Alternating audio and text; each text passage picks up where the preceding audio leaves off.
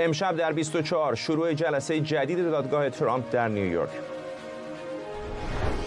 شهادت مایکل کوهن وکیل سابق او تا لحظاتی دیگه. او پیشتر گفته آقای ترامپ $130,000 به استورمی دنیلز هنرپیشه فیلم‌های پورن پرداخته. انتقاد مسیح علی نژاد از مواضع غرب در برابر حکومت‌های خودکامه از جمله جمهوری اسلامی. خانم علی نژاد در نشست دموکراسی کوپنهاگ گفته از کسانی که برای دستیابی به دموکراسی فداکاری می‌کنند باید حمایت بشه. و کمک‌های تازه آمریکا به اوکراین برای تغییر سرنوشت جنگ. آنتونی بلینکن در کیف گفته حمایت‌های تازه واشنگتن تفاوت‌های تازه ایجاد می‌کنه. از استودیوی ایران اینترنشنال در واشنگتن دی سی این 24 است با فرداد فرهزاد.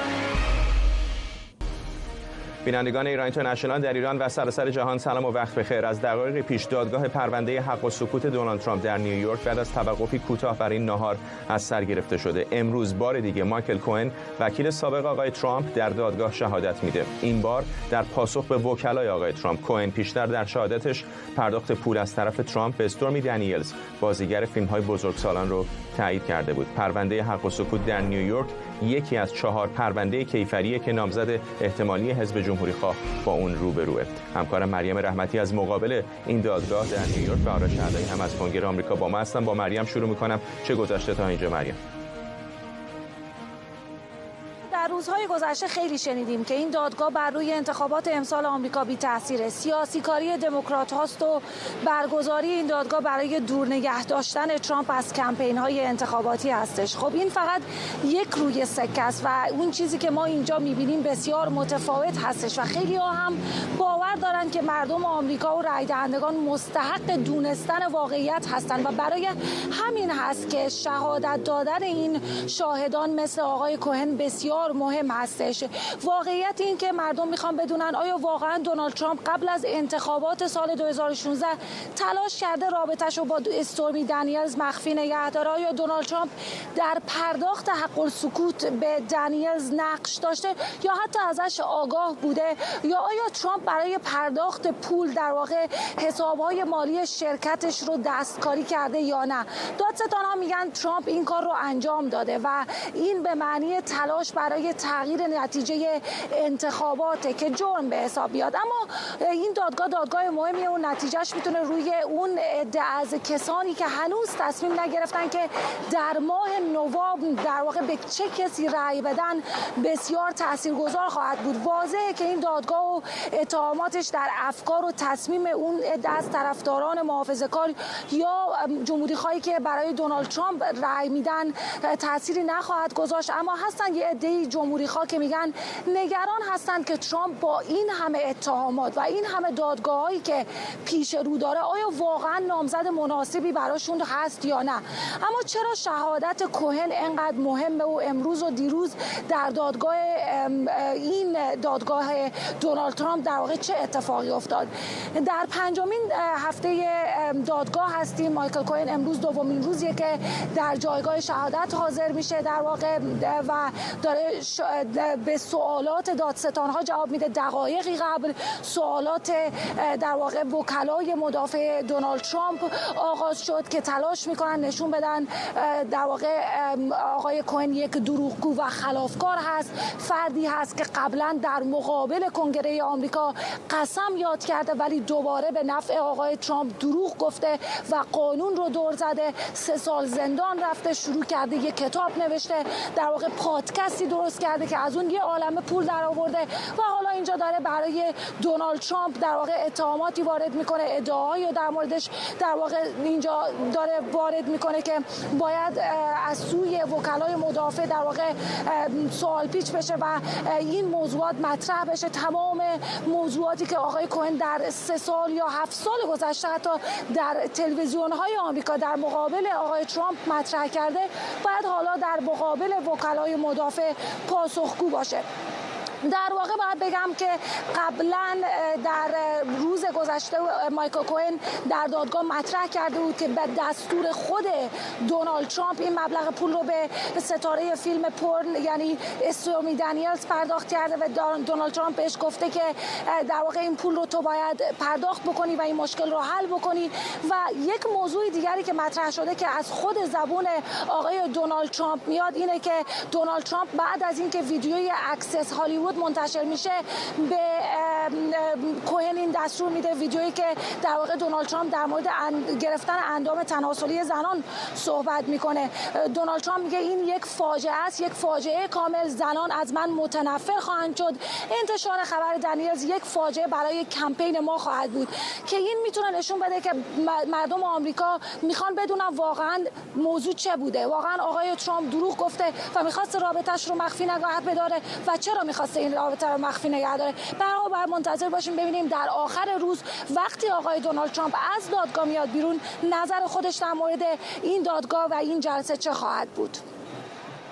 بریم به کنگره آمریکا. آرش، میدونم که رئیس مجلس نمایندگان هم امروز آقای ترامپ رو در این دادگاه داره همراهی میکنه.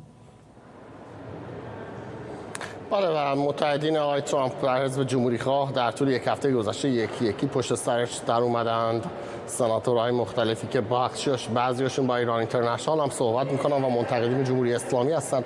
سناتور ریک اسکات حدوداً 2-3 روز پیش از ایالت فلوریدا اینجا بود، تامی تابرویل از ایالت آرکانزا، جی دی ونس از ایالت اوهایو و امروز دیدیم مایک جانسون نماینده لوئیزیانا و رئیس مجلس نه تنها آمد و پشت سر آقای ترامپ ایستاد، بلکه بعدا هم اومد بعد از اینکه دادگاه شروع شده کنفرانس خبری مانندی هم آقای مایک جانسون برگزار کرد و تقریبا تمام همون صحبتایی که آقای ترامپ همیشه میکند رو دوباره ایشون با یک زبان دیگری تکرار کرد. به قول امریکایی‌ها پرافریز کرد، تمام اون جملات ایشون رو با جملات خودش گفت در واقع.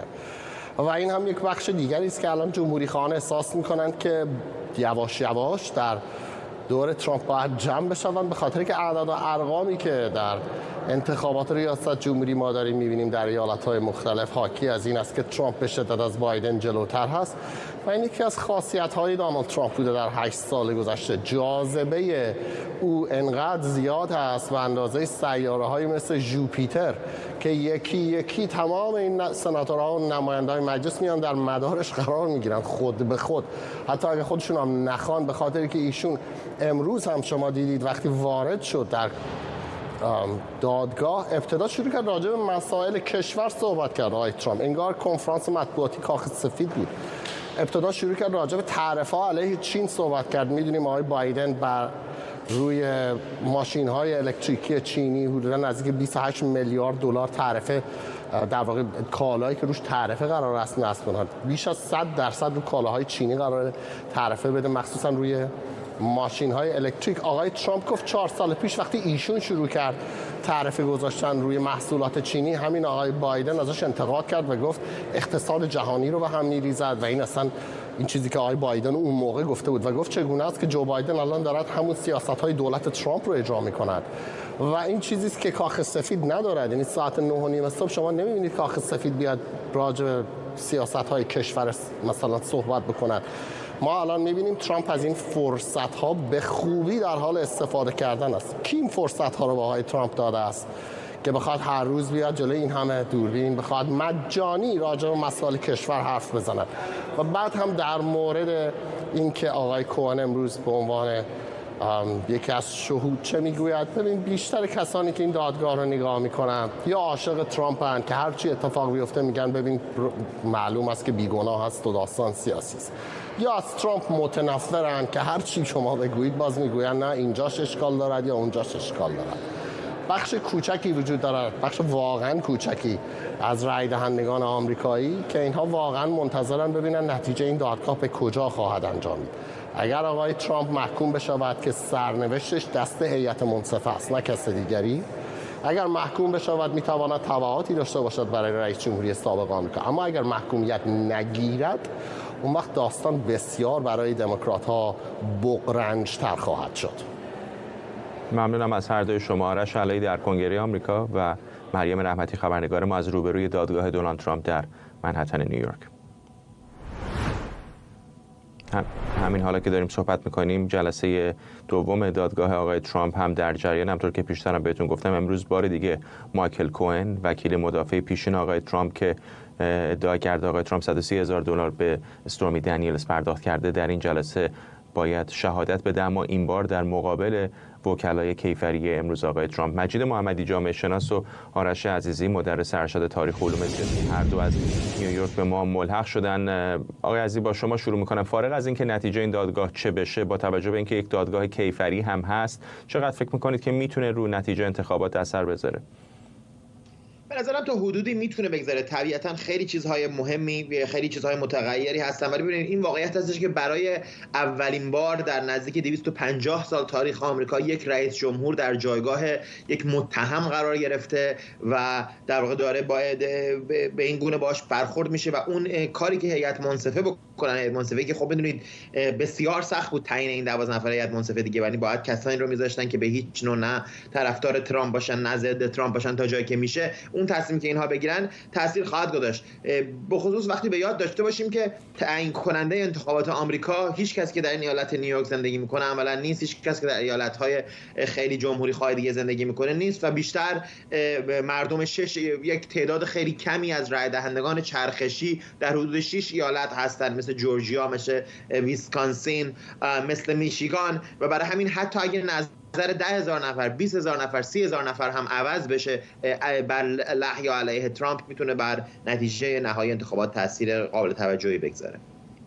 آقای محمدی، خیلی از جمهوری خواهان دارن متهم میکنن که این دادگاه سیاسی است و هدف اصلیش ضربه زدن به موقعیت آقای ترامپ برای انتخابات ریاست جمهوریه. چقدر فکر میکنید که این خریدار داره در بین افکار عمومی آمریکا؟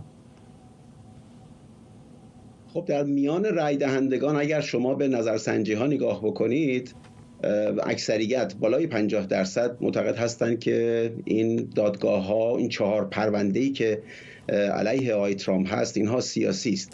اما من میخوام از موضع دیگری، از یک زاویه دیگری به این ماجرا نگاه کنم. به عنوان کسی که حدود 10-15 سال هست با دقت دارم این پرونده های سیاسی رو و مسائل سیاسی در آمریکا رو دنبال میکنم، حدود 2 دهه هست که مجموعه گروه هایی که خودشون رو لیبرال معرفی میکنن، من معتقدم اینا لیبرال نیستن، یعنی حداقل لیبرال سیاسی نیستن، خودشون رو لیبرال معرفی میکنند، اینها چکش برداشتن و کلنگ برداشتن، دارن یک به یک نهادهای جامعه امریکا رو، نهادهایی رو که 2 قرن و نیم تلاش شده برای ساختنشون، این نهادها رو یک به یک دارن تخریب میکنن. ابتدا دانشگاه ها بودند. دانشگاه ها امروز شما نگاه بکنید، هیچ گونه فضایی برای گفتگو در دانشگاه های امریکا وجود نداره. اگر یک دانشگاهی خطا بکنه و کسی رو که مخالف دیدگاه این جماعت لیبرال باشه دعوت کنه، در همان روز یا روزهای قبلش گروه‌هایی مثل انتیفا، مثل BLM، مثل سوشال جاستیس واریرز، جنگجویان عدالت اجتماعی، که خب اینا همه مارکسیست هستن، اینها میان و اون جلسات رو به هم میزنن. مواردش هم بسیار زیاده، حتما اگر بینندگان شما دنبال کنن همه اینا رو میتونن پیدا کنن. امروز در فضای دانشگاهی امریکا جایی برای گفتگوی متقابل وجود نداره. یکی از علت‌هایی که امروز جامعه امریکا 2 قطبی است و این 2 قطبی شدید این است که در فضای دانشگاهی جای گفتگو وجود نداره. مرحله بعد از روزی که ترامپ شروع کرد به کارزار خودش، رسانه ها تبدیل شدن در امریکا به بوق‌های تبلیغاتی، پروپاگاندا. ببینید امروز در میان روزنامه‌هایی که هستن مثل نیویورک تایمز، مثل واشنگتن پست، اینها دیگه روزنامه نیستند، اینها بوق‌های تبلیغاتی اند و برای منافع کسانی که اونها رو دارن اداره میکنند، برای منافع اونها کار میکنند. اتهام دروغ رو، یه دروغ سنج درست کرده بودن در طی سالهای گذشته برای آقای ترامپ. آقای ترامپ دروغ زیاد گفته، مثل همه سیاستمداران انتظار هم میره دروغ بگه، ولی رسانه ها انتظار نمیره که دروغ بگن. رسانه های امریکا در طی 9 سال گذشته انبوهی از دروغ رو به جامعه تحویل دادند. ولی آقای محمدی الان نه در مورد رسانه ها داریم حرف میزنیم، نه در مورد تظاهرات دانشجویی، این در مورد دستگاه قضایی ایالات متحده است. یک دقیقه دیگه من اجازه بدید. بعد نهاد انتخابات رو تخریب کردن. با فرستادن میلیون ها برگه رأی برای مردگان، جابجا شده ها و افرادی که مرتباً منزلشون در امریکا عوض کردن. و مرحله چهارم امروز قوه قضاییه است. قوه قضاییه نهادی بوده است در امریکا مستقل، نهادی بوده است که یک چارچوب‌هایی رو رعایت می‌کرده. این رو هم در 4 سال گذشته هم با تزریق قضاتی که به هیچ وجه صلاحیت ندارن. شما به کمیته در واقع برگزاری جلسات رأی کمیته قضایی سنا نگاه بکنید. بسیاری از اینها وقتی مورد پرسش و پاسخ قرار میگیرن ابتداییات حقوق رو نمیدونند. این 4 پرونده‌ای که علیه آقای ترامپ هست ابتداییات حقوق درش رعایت نشده. ببینید در همین داستان مایکل کوهن، این یک دروغگوی حرفه‌ای است. تنها شاهد اصلی این دادگاه یک دروغگوی حرفه‌ای است. شما برید به دادگاه جورجیا، خانم فنی ویلیس، ببینید چه پرونده‌ای داره، مجموعه‌شو دنبال کنید. کلاً رها شد به دلیل اینکه این خانم اصولاً صلاحیتشو نداشته. در موارد دیگر هم اگر این پرونده ها رو بیاد، بعد تمام اینا دموکرات هستن، تمام اینها به حزب دموکرات کمک مالی کردن اصولاً. بعد ببینید پرونده هایی که در قوه قضاییه امریکا امروز تشکیل میشه همش با گرایشه. در ماجرای 6 ژانویه کسانی رو که به کنگره حمله کردن، به درستی منم معتقدم که کسی نباید به کنگره امریکا حمله کنه، یک به یک اینها رو محاکمه کردن. اما در سال 2020 در داستان جورج فلوید، شهید جورج فلوید که از یک جنایتکار شهید ساختند، در اون داستان 40 پلیس کشته شد، صدها بیزینس مردم، کسب و کار مردم رو آتش زدن، یک مورد نبوده که به دادگاه بره. شما چه انتظاری دارید از دموکرات ها؟ دموکرات ها امروز دیگه حزبی با اعتقاد به حاکمیت قانون نیستن، یک حزبی است که فقط گرسنه است برای قدرت، با بولدوزر تمام نهادها رو در امریکا یک به یک داره تخریب میکنه. آقای عزیزی، حالا خیلی موارد متعددی رو آقای محمدی بهش اشاره کردن، ولی با همین مایکل کوهن شروع بکنیم در مورد ادعای دروغگو بودن او. خب بعضی از اظهارات او در موقعی که خصومتی چندان نداشت با آقای ترامپ، در بعضی از مصاحبه‌اش با خود CNN عیان هستش که میگه آقای ترامپ خیلی رفتار انسانی با زنها داره، اتفاقا خیلی احترام قائله. من خودم خیلی متعجب شدم وقتی که این حرفا رو در اون اتوبوس از آقای ترامپ شنیدم و الان اظهارات دیگری میکنه. چقدر این به نظرتون میتونه پاشنه آشیل این پرونده قضایی باشه، به خصوص در مقابل هیئت منصفه‌ای که بدون شک بخشی از اونها حرفای قدیم‌تر آقای کوهن رو به یاد میارن؟ بله بدون شک مدافعین، یعنی منظور تیم دفاعی آقای ترامپ خواهد خواست که از این قضیه استفاده کنیم. ببین این قضیه خیلی شما طبیعی است. شما وقتی که علیه یه گروه مافیایی، علیه یه قاتل، علیه هر کسی عمل بکنین، میاید و از کسانی که نزدیک به اونها هستن میخواد که شهادت بدن. حالا کسانی که نزدیک به افراد مافیایی باشن مثلا همچین به قول معروف آدم‌های علیه السلامی نیستن طبیعتاً و سوابق بدی دارن، ولی خب امکان داره بیان شهادت بدن. بنابراین اون چیزی که هیئت منصفه باید انجام بده و به این سمت سوق داده خواهد شد این هستش که بیاد به حال این تصمیم رو بگیره. و آدم همیشه این دشوار هست که در این موقعیت هیئت منصفه باشه. هر شهروند آمریکا میتونه در این موقعیت قرار بگیره که باید به حال بالا پایین بکنه و بعد با هم دیگه 12 نفرن دیگه و باید متفق القول بشن، بالا پایین بکنن، ببینن که بالاخره صداقت، یعنی اون حرفایی که کوهن میزنه رو در دادگاه میپذیرند یا نه، در پرتوی این که خودش هم داره میگه من قبلا دروغ گفتم، یعنی بخش از حرف امروزش همینه. ولی ببینید قضیه این هستش که ما برخلاف اون چیزی که مهمان دیگه‌تون گفتن، ما در نظام آمریکا، ببین الان ایشون سلامت نظام انتخاباتی آمریکا رو زیر سوال بردن، سلامت نظام قضایی رو زیر سوال بردن، سلامت نظام آموزشی رو زیر سوال بردن. من اینجوری که ایشون گفتن فکر کردم اینجا سوریه است یا مثلا کره شمالیه، در حالی که اینگونه نیست. اینجا نظام قضایی مستقل داره و تصمیم یک دادستان اومده یک دعوی قضایی رو ارائه کرده و نهایتاً قضاتی که در این سیستم اومدن منصوب شدن و هیئت منصفه‌ای که شهروندان معمولی آمریکا مثل هر کس دیگری هستن و تیم قضایی ترامپ هم این موقعیت رو داشته که اگه کسی رو نمیپذیرفته برای هیئت منصفه کنار بزنه، که بسیار تعداد زیادی رو هم کنار زدن. اینها هستن که تصمیم نهایی رو خواهند گرفت و در نهایت سر صندوق‌های رای هم مردم تصمیم خواهند گرفت که رئیس جمهور چه کسی باشه. با این موضوع ولی هشدار دهنده که بسیاری از طرفداران ترامپ. بسیاری از جمهوری خواهان کل این نظام ها رو دارن زیر سوال میبرن و آقای ترامپ حتی حاضر نیست بگه که اگر شکست انتخاباتی بخوره حاضر کنار بره، که این موضوع بسیار خطرناکی هست. طرفدارانش اون دست به اون شورش علیه کنگره زدن.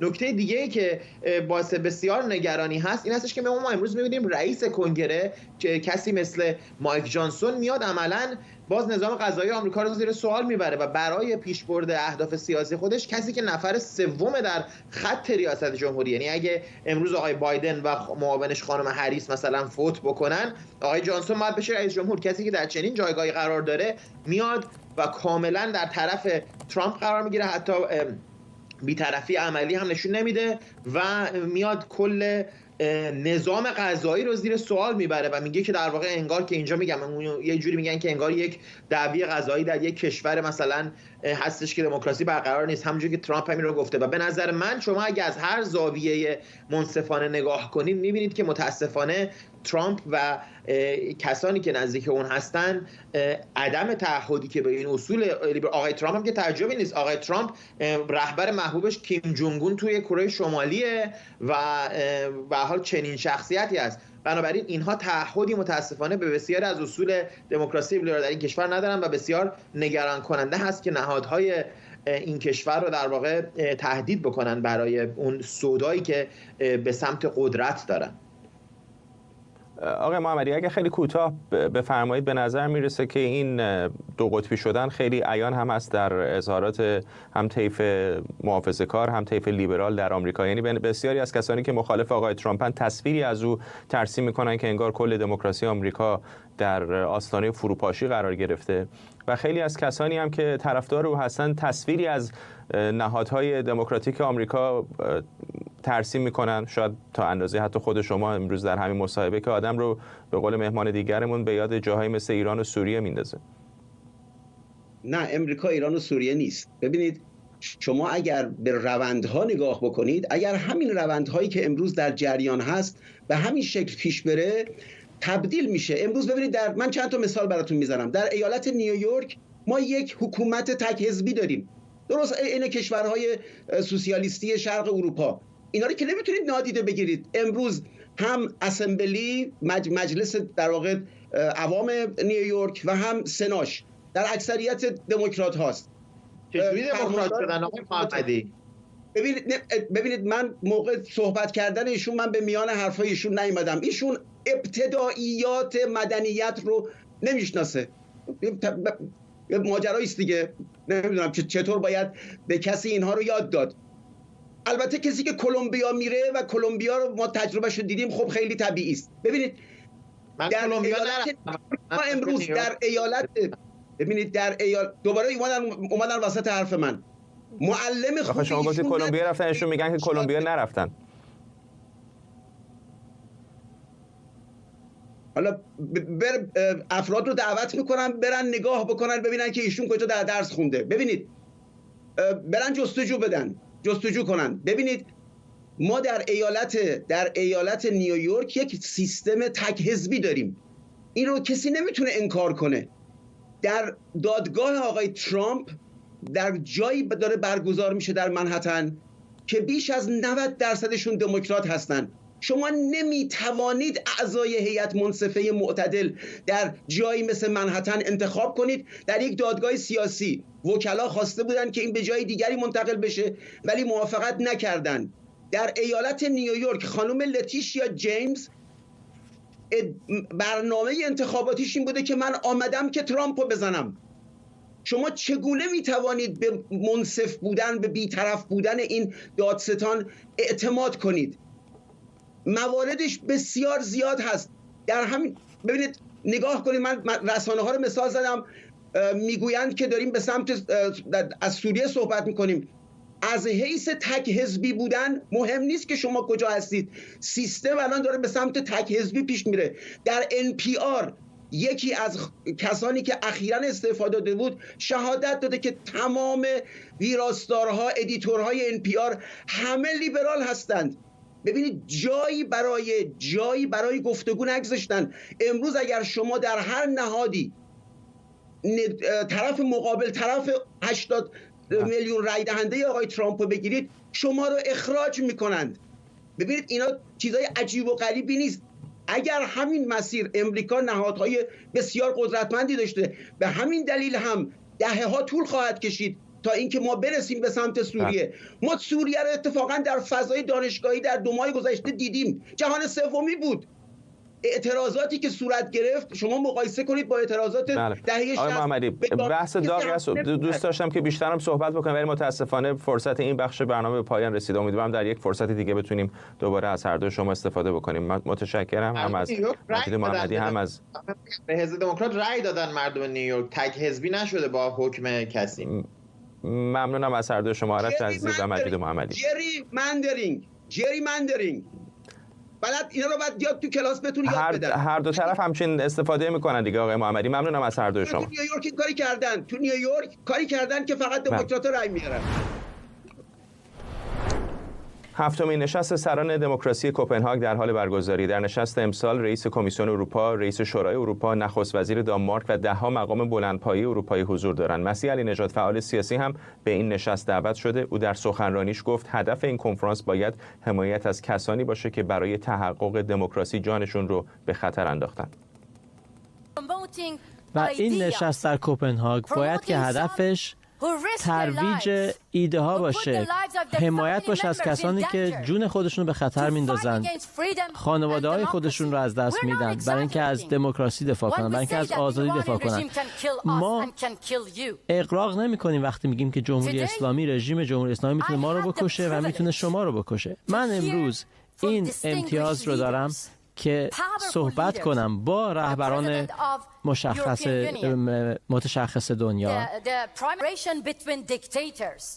ما شاهد همکاری هستیم بین دیکتاتورها. خب اجازه بدید گفتگوی همکارم مهران عباسیان با مسیح علی نژاد و برخی همراهان اون رو ببینیم در حاشیه همین مراسم. روز نخست هفتمین اجلاس دموکراسی کوپنهاگ با ترانه فریاد کهنه رعنا منصور به پایان رسید. خب امروز مقامات اروپایی اینجا سخنرانی کردن. نخست وزیر دانمارک سخنرانی کرد و در واقع افتتاح این اجلاس کوپنهاگ بود. نخست وزیر دانمارک از اتحاد بین نیروهای دموکراسی خواه برای مقابله با دیکتاتورها گفت. اکثر سخنرانان اینجا به این اشاره داشتن که دیکتاتورها به یک اتحاد رسیدن و برای مبارزه با این دیکتاتورها و برداشتن موانعی که به دموکراسی برسن باید بین کشورهای دموکراسی خواه اتحاد شکل بگیره. آسیب دیدگان خیزش انقلابی زن زندگی آزادی اینجا حضور داشتن. در حاشیه این اجلاس یک نشست داشتن، دیدار داشتن با مقامات کشورهای اروپایی و خواسته هایی رو مطرح کردن. میخوام این خواسته ها رو از خودشون بپرسم. اینجا کیوان کنار من است. خب کیوان، تو چه خواسته ای رو مطرح کردی امروز؟ خب ما با سیاستمداران بسیاری حرف زدیم. خواسته های ما این بود که از حکومت جمهوری اسلامی حمایت نکنن و در کنار ما بایستن که برای دموکراسی و آزادی و حقوق بشر می‌جنگیم. همچنین صدای زندانیان ما باشن و هزینه اعدام اونها رو بالا ببرن و جمهوری اسلامی رو در نهایت به عنوان یک حکومت آپارتایدی بشناسند. ممنون. مرسد، تو هم امروز صحبت مطرح کردی. میدونم درخواست کردی که سپاه پاسداران در لیست تروریستی قرار بگیره. آیا خواسته دیگه مطرح کردی؟ دقیقاً ما تنها هدف اصلیمون همین هستش که سپاه پاسداران جزو توی لیست تروریست قرار بگیره و کشورهای اروپایی و آمریکایی دست برادری با جمهوری اسلامی نبندن و اینکه اینو اطلاع داشته باشن و بدونن که جمهوری اسلامی اگه قدرتمندتر بشه میتونه به اونها هم ضربه محکمی بزنه و برای مردم اون کشورها هم خطرناک هستش. ممنون. سیما، تو چه خواسته مطرح کردی؟ خواسته هممون یکی بود و الان که جمهوری اسلامی در چند قدمی دستیابی به بمب هسته‌ای، مبارزه‌ای که مردم داخل ایران انجام میدن خدمت به تمام بشریت، خدمت به تمام دنیا. اونا موظف هستن که از مردم ایران حمایت کنن و ساپورت بشه مردم ایران. خیلی ممنون. کوثر جان، شما چه خواسته مطرح کردید؟ تمامی ما آسیب‌دیدگانی که در اجلاس سران دموکراسی خواها حضور داشتیم خواسته مشترکی داشتیم، اینکه جمهوری اسلامی یک حکومت آپارتاید جنسیتی هستش و بر اساس قوانین بین‌المللی باید به عنوان یک حکومت آپارتاید جنسیتی جرم انگاری بشه و همچنین که سپاه پاسداران انقلاب اسلامی بی پر و برگشت باید در لیست گروه‌های تروریستی قرار بگیره. خیلی ممنون. خب خانم علی نژاد، امروز مانند همیشه سخنرانی خیلی جنجالی کردید. میدونم سخنرانیتون خودتون گفتید که تغییر دادید. از سخنرانی امروز بگید، از اون حس و حالی که اون لحظه این آسیب دیدگان مربوط به خیزش انقلابی زن زندگی آزادی روبروی شما بودن، بلند شدن، دستشون رو به نشانه پیروزی بلند کردن، کل سالن اونها رو تشویق کرد. از این سخنرانی بگید. دقیقاً همینجوری که میگین هست. من سخنرانی که آماده کرده بودم واقعاً احساس کردم اونجا دیگه جاش نیست، برای اینکه گاهی وقتا باید خیلی صریح‌تر و بی‌پرده‌تر با سیاستمداران حرف زد. شاید برای اونها عجیب بود که گفتم همه حرفایی که در واقع رئیس کمیسیون اروپا زده، همه حرفایی که تمام رهبران غربی اینجا زدن، حرفایی بوده که ما باید بزنیم. شما در قدرتین و این حرفا برای ما واقعا ارزشی نداره اگر به عمل منتهی نشه. برای همین اون لحظه که این صحبت‌ها رو می‌کردم میدونستم که دیگه نمیتونن به ما بگن شما رادیکالین، شما تندروین، شما جنگ طلبین، چون من گفتم درهای دیپلماسی رو ببندین. در تمام این سالها دیپلماسی چه فایده‌ای داشت؟ چه نتیجه‌ای داشت؟ باید در دیپلماسی بسته بشه و در منزوی کردن باز بشه، درها به روی این زنان باز بشه. و اونجایی که این زنان بلند شدن، من به خاطر قدرت اینا قوی بودم، ولی واقعا یک جا کم آوردم، چون نگاه می‌کردم می‌دیدم کیوان با اینکه تجربه تلخ تعرض جنسی رو داشته و مرسده با اینکه چشماشو از دست داد، سیما با اینکه دستاش اینجا خودتون دیدین دستاش انقدر درد میگیره که هر از چنگای دیگران دستاشو نگه میدارن چون سنگینه، و کوثر به خاطر اینکه چشماشو از دست داد یه دختر جوونه دیگه نمیره رو سالن تئاتر بره. من اینا رو میدیدم ولی میدیدم نه اینا پر امید دستاشونو بالا بردن، در حالی که من این انتظار رو نداشتم. من واقعا فقط گفتم اگه فکر میکنید ما رادیکالیم، ما تندرو هستیم، شجاعت رو از این زنان یاد بگیرین که چشماشون از دست دادن ولی میگن تا از بین رفتن جمهوری اسلامی ما کوتاه نمیایم. متشکرم. خب تمرکز اجلاس هفتم دموکراسی کپنهاگ بر روی حمله روسیه به اوکراین بود، اما امروز بعد از ظهر اینجا مسیح علی نژاد درباره ایران صحبت کرد و درباره اینکه باید به خیزش زن زندگی آزادی کمک کرد تا کشور ایران به یک دموکراسی برسه. مهران عباسیان، کپنهاگ. ممنونم. نشست ژنو برای حقوق بشر و دموکراسی جایزه شجاعت سال 2024 رو به شبکه ایران اینترنشنال اهدا کرده. علیاصغر رمضانپور سردبیر اجرایی خبر تلویزیون ایران اینترنشنال و پوریا زراعتی مجری برنامه حرف آخر این جایزه رو دریافت کردند. در بیانیه نشست ژنو برای حقوق بشر و دموکراسی با اشاره به تروریستی شناخته شدن ایران اینترنشنال توسط جمهوری اسلامی آمده که این شبکه به دلیل گزارش‌های بی‌باکانش درباره نقض حقوق بشر، حقوق جامعه LGBTQ و حقوق زنان در ایران هدف رژیم قرار گرفته.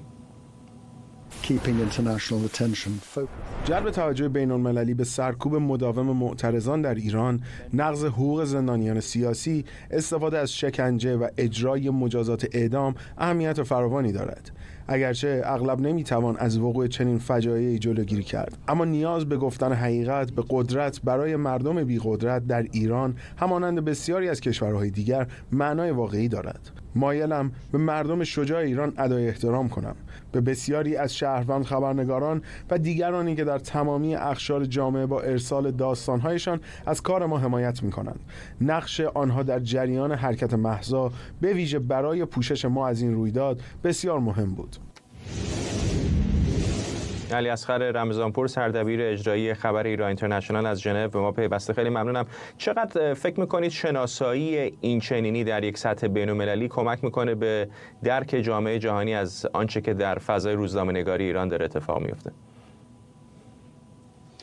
فرداد، امروز من وقتی با حامیان نشست دموکراسی و حقوق بشر اینجا صحبت می‌کردم و همینطور برگزار کنندگانش، اونها تأکید داشتن به سهم مؤثر و سازنده‌ای که ایران اینترنشنال داشته و روزنامه‌نگاران ایران اینترنشنال داشتن در بازگو کردن اتفاقاتی که در ایران افتاده و جلب توجه جهانی و رسانه‌ها به این مسئله و همینطور بازتاب دادن صدای در واقع حقیقت جویی مردمی که به دنبال بازگو کردن زندگی خودشون هستند و به دنبال عدالت هستند برای رسیدن به اون چیزی که برای اون از دید آنها در ایران گوش شنوایی برای اون وجود نداره. این در واقع توجهی بود که همه کردند، یعنی همه از اون صحبت میکردن و برای من هم بسیار تکان دهنده بود وقتی که میدیدم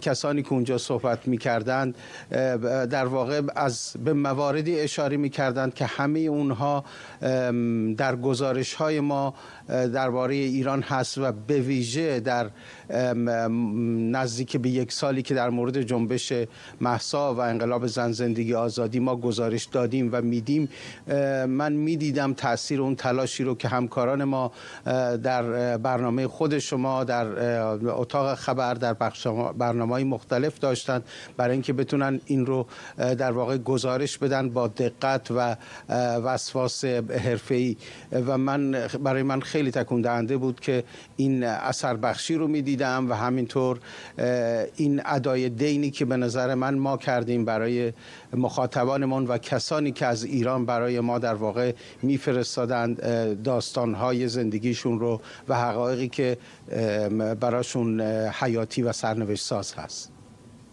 بی‌نهایت ممنونم. علیاصغر رمضانپور، سردبیر اجرایی خبر ایران اینترنشنال از ژنو. شورای اتحادیه اروپا تصمیم گرفته تحریم‌ها علیه جمهوری اسلامی رو به دلیل حمایت نظامی تهران از روسیه، شبه نظامیان فعال در خاورمیانه و همینطور حمله مستقیم به اسرائیل گسترش بده. به گفته سخنگوی شورای اتحادیه اروپا، روی چارچوب حقوقی برای اعمال تحریم‌های جدید علیه جمهوری اسلامی توافق شده، اما شورا هنوز بر سر افراد و نهادهای مرتبط با جمهوری اسلامی که باید تحریم بشن به توافق نرسیده و گفتگو دربارش ادامه داره.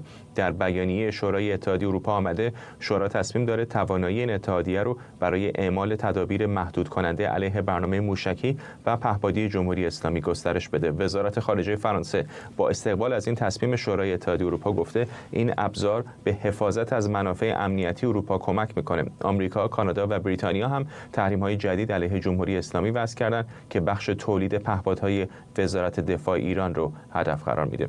مجید گلپور، محقق و مشاور روابط ایران اروپا از پاریس با ماست. چقدر به نظرتون روی زمین این تحریم‌ها میتونن اثرگذار باشن؟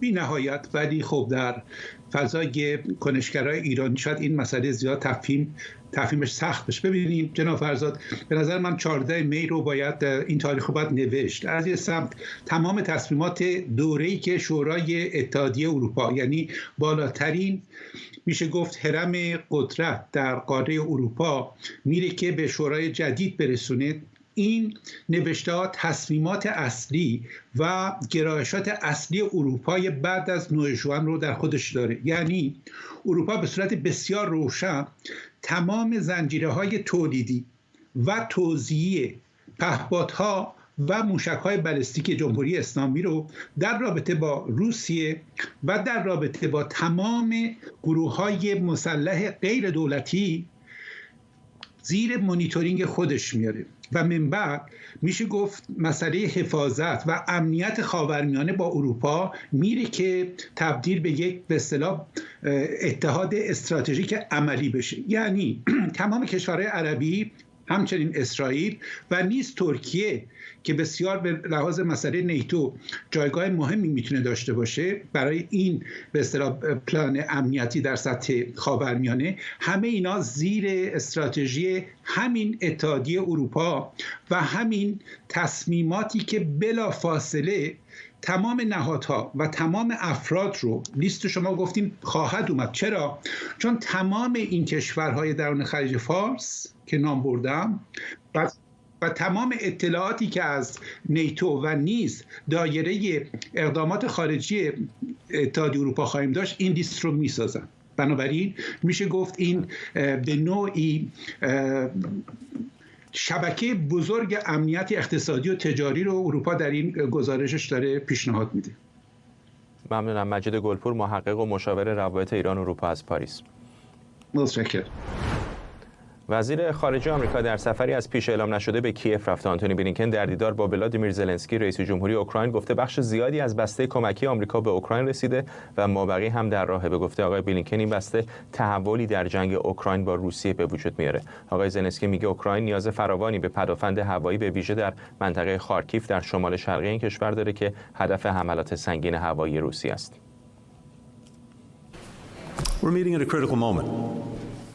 ما توی یه لحظه بحرانی داریم ملاقات می‌کنیم. پوتین در حال شروع یه حمله دیگه علیه اوکراینه.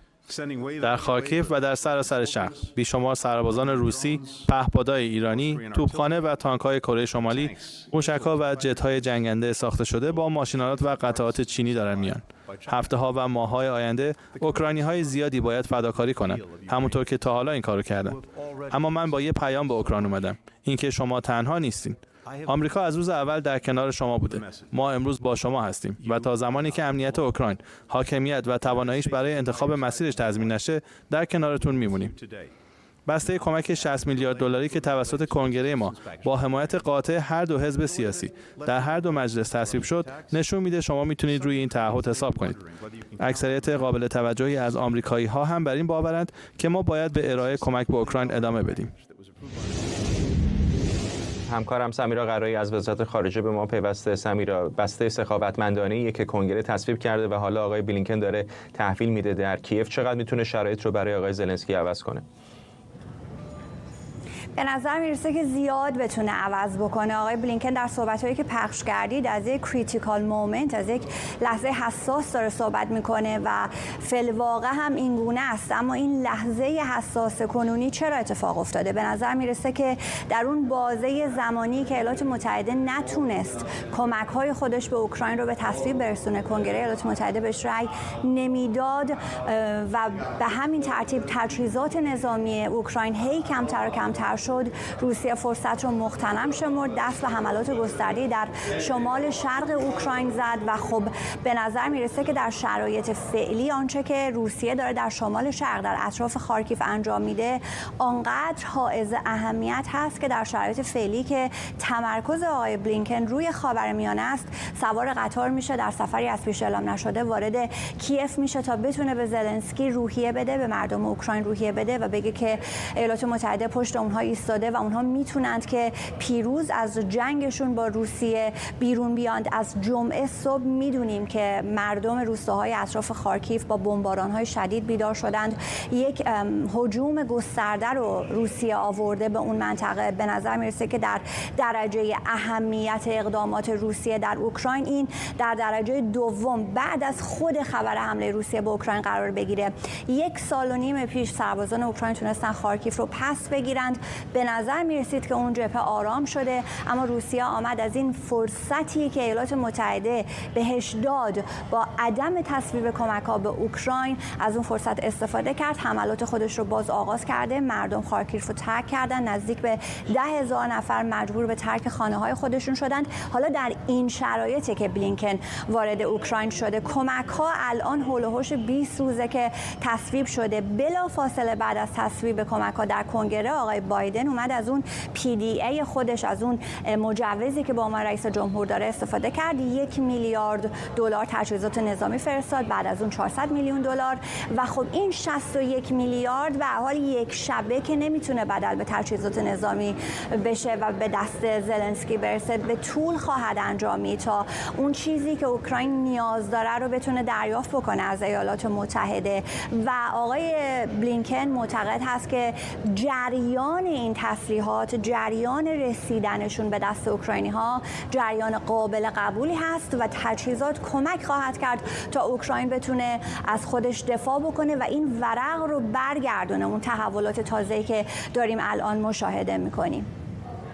ممنونم از تو همکارم سمیرا قرایی از وزارت خارجه آمریکا